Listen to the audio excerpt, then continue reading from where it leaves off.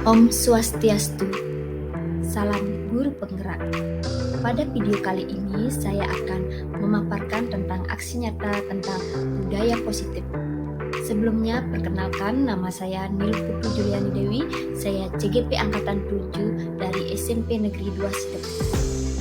Aksi nyata yang saya lakukan sebagai implementasi modul 1.4 yaitu tentang budaya positif meliputi yang pertama yaitu kesepakatan kelas, yang kedua yaitu pengimbasan budaya positif di SMP Negeri 2 Sidep. Latar belakang, dampak belajar dari rumah pasca COVID-19 terjadi penurunan minat belajar siswa dan disiplin pada peserta didik. Mereka seakan lupa dengan budaya masuk sekolah dan mentaati peraturan sekolah. Oleh sebab itu, perlu kita kembali menanamkan budaya positif di sekolah. Budaya positif adalah nilai-nilai, keyakinan, dan kebiasaan-kebiasaan di sekolah yang berpihak pada murid agar murid dapat berkembang menjadi pribadi yang kritis, penuh hormat, dan tanggung jawab. Hal ini sejalan dengan tujuan pendidikan menurut Ki Hajar Dewantara, yaitu menuntun anak dengan segala kodrat yang ada agar mereka dapat mencapai keselamatan dan kebahagiaan baik sebagai manusia maupun anggota masyarakat. Dalam menciptakan budaya positif di sekolah dibutuhkan kolaborasi antara guru dengan kepala sekolah, rekan sejawat, lingkungan masyarakat, dan tentunya dengan murid itu sendiri. Dengan diterapkannya budaya positif tersebut, diharapkan murid akan memiliki karakter yang kuat sesuai dengan karakter-karakter dalam profil pelajar Pancasila. Adapun rencana aksi nyata yang akan saya lakukan yaitu membuat keyakinan-keyakinan kelas yang berpihak pada murid melalui kesepakatan kelas. Selain itu juga melakukan kegiatan pengimbasan pada rekan sejawat yaitu Bapak Ibu Guru SMP Negeri 2 Sideman secara langsung di sekolah, kemudian bersama-sama menerapkan budaya positif di lingkungan sekolah. Adapun tujuan dari penerapan budaya positif yaitu menumbuhkan karakter-karakter yang sesuai dengan karakter profil pelajar Pancasila melalui pengimbasan baik, memfasilitasi murid untuk dapat menyampaikan aspirasinya dan melaksanakan keyakinan yang telah disepakati dengan penuh tanggung jawab.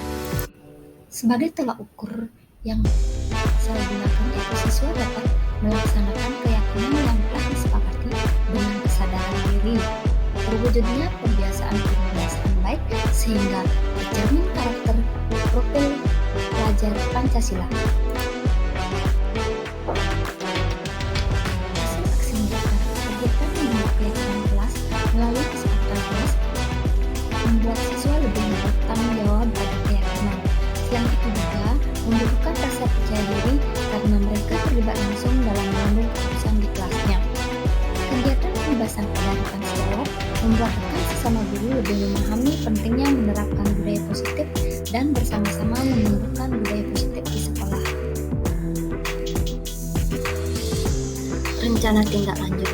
Pada awal semester, saya akan membuat keyakinan kelas melalui kesepakatan di kelas saya. Selain itu, juga memposisikan diri pada posisi kontrol manajer setiap kali menghadapi sebuah permasalahan.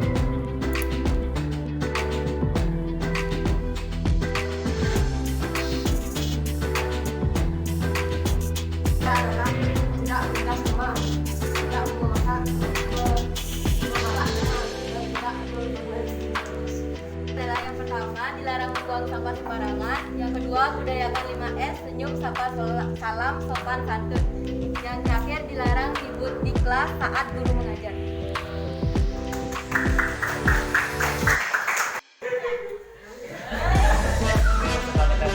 Tidak boleh masuk dalam kelas, tidak boleh membuli orang, tidak boleh galak masuk kelas, tidak boleh merusak fasilitas sekolah.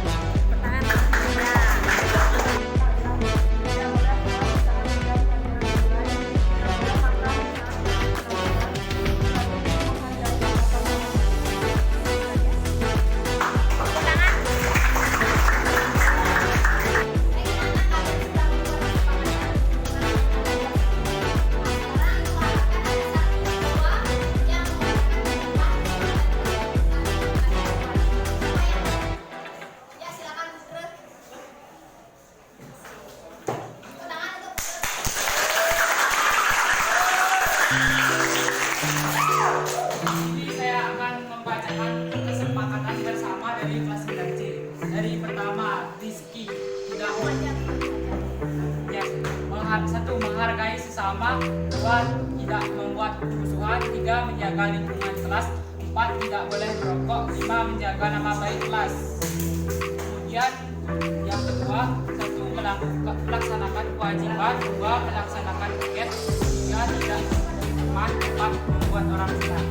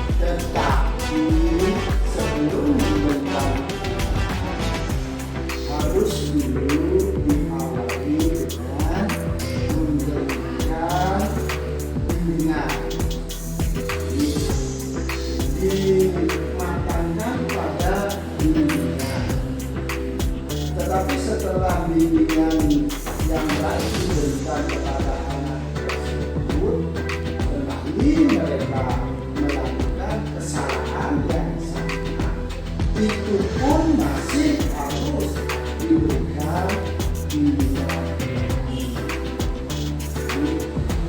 Tetapi kalau memang sudah ketiga kalinya dengan kesalahan yang sama dilakukan, lalu diberikan hukuman. Tapi hukumannya pun harus hukuman yang manusiawi, tidak memberikan hukuman fisik. Bisa juga mencacat, menjelek-jelekan. Oleh karena itu memang hukuman sebagai salah satu yang paling akhir itu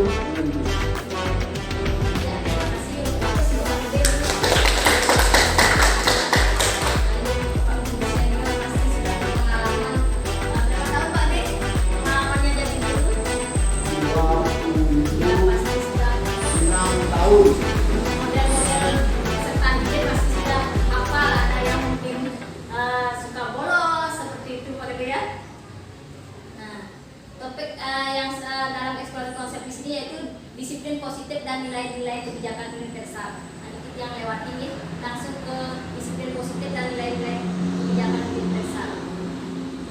Jadi perubahan paradigma teori kontrol namanya. Nah, kemarin yang dapat materi tentang ilustrasi kontrol, seperti apa kita mengontrol murid. Nah, di sini bisa dilihat ilusi guru mengontrol murid, ilusi bahwa kritik dan membuat orang merasa bersalah dapat menguatkan karakter. Terus yang ketiga, ilusi bahwa semua penguatan positif efektif dan bermanfaat. Yang keempat, ilusi bahwa orang dewasa memiliki hak untuk memaksa. Perubahan paradigma stimulus respon dan teori kontrol namanya juga stimulus respon dan teori kontrol. Nah, kalau teori kontrolnya kita berusaha memahami, pasti semua nanti ke teori kontrol ya. Kita berusaha memahami pandangan orang lain tentang dunia. Kita mencoba, ini stimulus respon kita ya. Teori kontrolnya seperti ini, yang perilaku buruk dilihat sebagai suatu kesalahan. Kan sering kita seperti itu sebagai seorang pendidik ya. Perilaku peserta didik kita buruk, pasti kita lihat suatu kesalahan. Nah, teori kontrolnya semua perilaku memiliki tujuan. Nah, mungkin ada guru BK di sini bahwa semua perilaku itu memiliki tujuan, umpamanya anak bolos seperti itu, tujuannya kenapa, mungkin akan dia bosan atau dijelaskan seperti itu. Terus ada stimulus respon, orang lain bisa mengontrol saya. Mungkin beberapa siswa kita bisa kontrol ya. Ada beberapa siswa yang tidak bisa kita kontrol. Nah, teori kontrolnya Anda tidak bisa mengontrol orang lain, kan seperti itu teorinya. Terus pemaksaan ada pada saat rujukan gagal. Nah, pemaksaan pasca kita gagal kan kita maksa mereka ya untuk disiplin. Nah, seperti itu. Terus kolaborasi dan konsensus. Nah, di sini pentingnya kita teori kontrolnya kolaborasi. Mungkin dengan wali, dengan dengan guru mapel. Nah, kita kolaborasi untuk umpamanya ada peserta didik yang bermasalah seperti itu. Terus stimulus respon model berpikir menang kalah. Kalau menang ada, kalau teori kontrolnya model berpikir menang. Nah,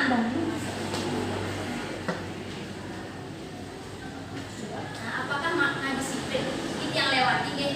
Nanti saya ke eksplorasi konsep tentang ini hukuman, restitusi teori perilaku manusia.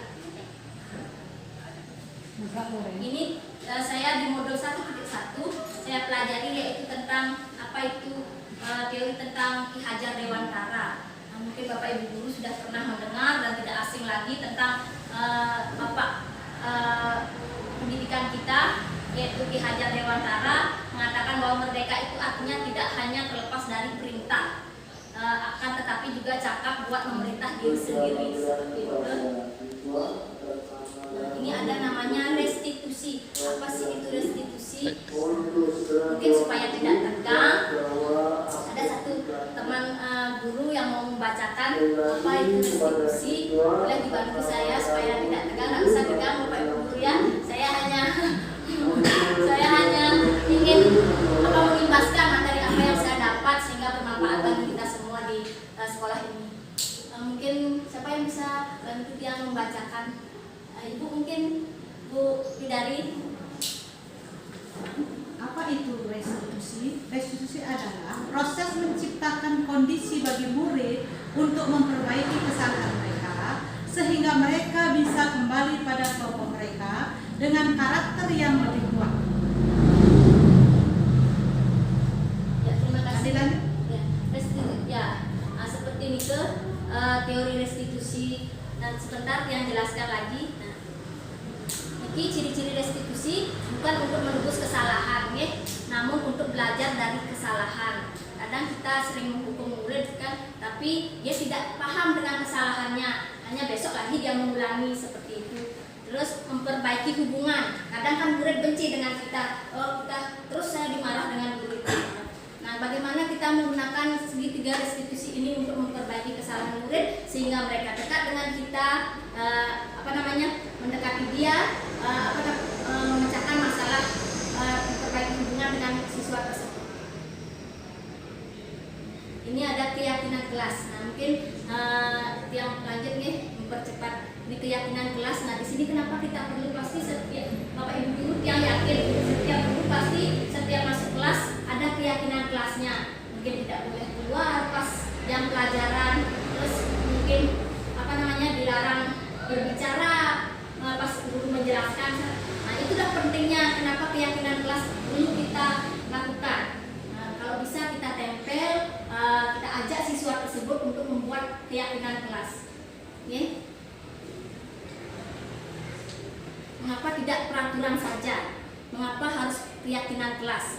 mungkin seperti itu materinya. Kenapa kita harus punya keyakinan kelas? Apa sih guna keyakinan kelas itu? Mungkin ada yang bisa bantu Tian. Nah, kenapa kita perlu keyakinan kelas? Kenapa tidak peraturan? Kenapa harus buat keyakinan kelas? Mungkin ada yang ada bayangan kenapa tidak peraturan aja? Kita kan sudah punya peraturan sekolah, atau kita harus punya keyakinan kelas juga. Kita harus membentuk peraturan banyak seperti itu. Mungkin ada dari Bapak Ibu, kenapa kita perlu membentuk keyakinan kelas? Ya, silakan Pak D. Perbedaan antara keyakinan dengan peraturan.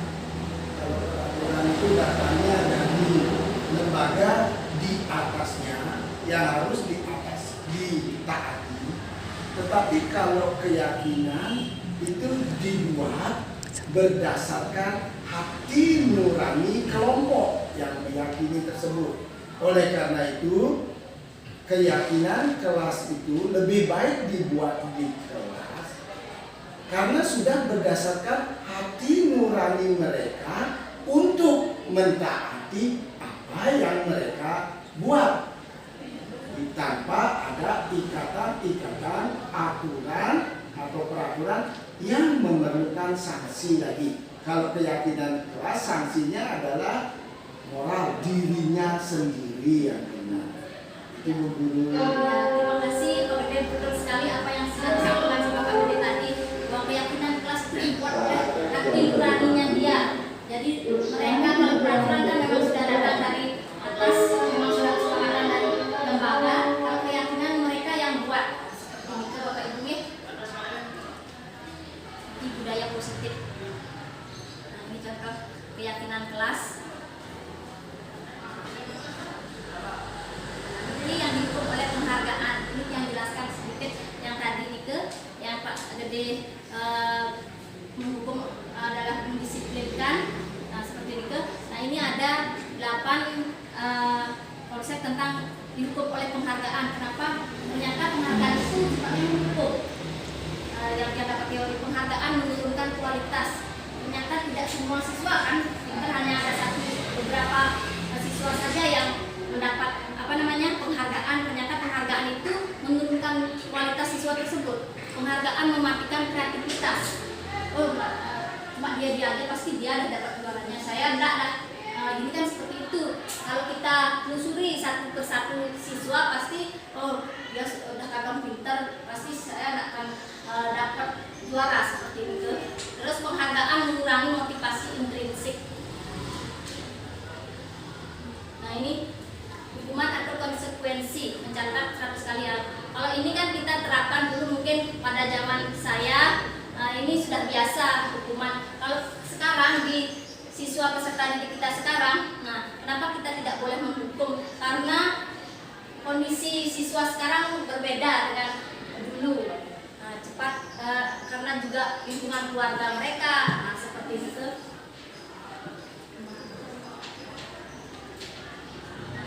Kebutuhan dasar manusia dan dunia berkualitas. Nanti kebutuhan dasar manusia. Nanti yang jelaskan sedikit, kebutuhan dasar manusia itu terdiri dari kasih sayang dan rasa diterima. Nah, itu semua peserta didik pasti punya, seperti kita pun punya kan, penguasaan. Terus ada kesenangan, kebebasan. Nah, siswa itu butuh kebebasan bertahan hidup. Ini ada teori kebutuhan dasar manusia. Ini kan banyak kadang murid, nah kita dulu bilang aku tidak boleh bersenandung sewaktu mengerjakan tugas. Pasti ada siswa, oh dia butuh apa sih? Pasti dia siswa itu butuh perhatian. Nah seperti itu. Berarti di sini siswa ini kurangnya kita sebagai guru harus seperti apa? Seperti itu. Jadi 5 posisi kontrol. Nah, yang terakhir ini 5 posisi kontrol, yaitu penghukum, membuat orang merasa bersalah. Kita di posisi mana? Nah, terus teman, pemantau atau manajer. Nah, di sini bisa dilihat kalau penghukum itu menunjukkan menyakiti, menyindir. Nah, itu penghukum ya. Kalau guru berbuat seperti apa? Nah, itu ada contoh-contohnya. Kalau membuat orang merasa bersalah, Bapak Ibu guru posisinya di mana? Kedua. Nomor berapa? Oh, itu nomor 2.